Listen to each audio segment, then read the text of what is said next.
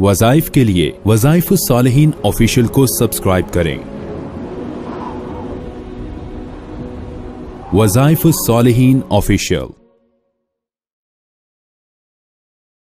نحمده ونصلي على رسوله الكريم اما بعد فاعوذ باللہ من الشیطان الرجیم بسم اللہ الرحمن الرحیم۔ ربیع الثانی کے دوسری جمعرات کا ایک خاص عمل ہے، اگر آپ اس کو اختیار کر لیں تو اللہ تبارک و تعالی اس کی برکت سے جہاں انسان چاہتا ہے اللہ شادی کے اسباب پیدا کر دے گا، کیونکہ من پسند شادی کرنا یہ مرد عورت کا حق ہے۔ نبی کریم صلی اللہ علیہ وسلم نے باقاعدہ اس کی ترغیب دی ہے، اور انسان وہاں نکاح کرے جہاں دونوں کو رضامندی ہو، مسلط کر کے والدین کا یا کسی اور رشتے کا کہ نہیں آپ نے یہاں ہی شادی کرنی ہے، اور اپنی ذات کو اپنی بات کو ان پہ مسلط کرنا یہ شرعاً جائز نہیں ہے۔ مشورہ لیا جائے، جیسے سرکار دو عالم محمد عربی صلی اللہ علیہ وسلم سے افضل کائنات میں کوئی نہیں۔ حضور علیہ الصلوۃ والسلام کے ایک غلام تھے اور مغیث ان کا نام تھا، اور حضرت بریرہ جو حضرت سیدہ عائشہ رضی اللہ عنہا کی خادمہ خاص تھی، اور حضرت بریرہ بھی نوکرانی خریدی ہوئی باندھی تھی، مغیث بھی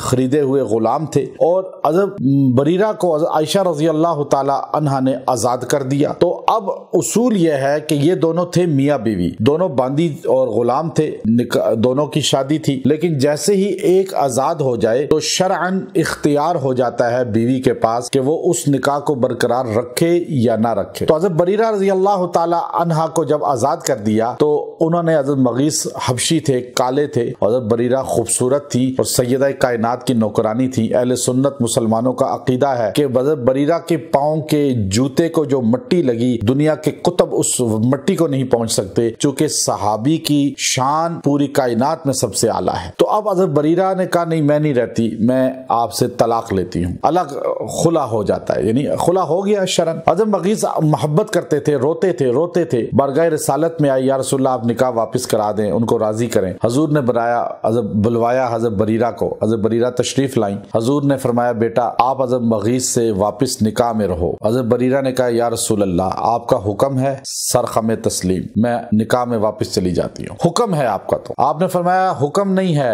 میری رائے ہے، مشورہ ہے۔ آپ نے کہا یا رسول اللہ پھر میں نہیں رہنا چاہتی۔ آپ نے کہا کوئی بات نہیں، اچھی بات ہے، نہ رہو، چونکہ زندگی تم نے گزارنی ہے۔ اب سوچئے حضور ناراض نہیں ہوئے، حضور نے کوئی غصے کا اظہار نہیں کیا، کیوں کہ یہ مرد عورت کا حق ہے کہ وہ وہاں رہے، زندگی گزارے، شادی کرے جہاں اس کی زندگی خوشحال گزرتی ہے۔ تو اب کسی نے نہیں کہا کہ حضرت بریرہ نے توہین کر دی، حضور کی بات کو نہیں مانا، جو کہ حضور نے حکم نہیں دیا، حضور نے مشورہ دیا اور خود فرمایا نہیں حکم نہیں ہے۔ تو اس لیے ماں باپ کو بھی چاہیے بچوں کی رائے کا احترام کریں۔ اب اگر آپ کی مرضی کی شادی نہیں ہو رہی تو اگر دونوں میں سے ایک طرف کے والدین یا لڑکی یا لڑکا نہیں مان رہے تو آپ یہ عمل اختیار کریں، انشاءاللہ ایک جمعرات جو ربیع الثانی کی دوسری ہے، آپ نے یکسوئی سے بیٹھنا ہے، 2 رکعت صلاۃ توبہ پڑھنے ہیں دن یا رات کسی بھی لمحے، اور 2 رکعت صلاۃ توبہ پڑھنے کے بعد آپ نے سورہ علم نشرح یہ آپ نے 41 بار پڑھنی ہے اور دعا کرنی ہے۔ جتنا ٹائم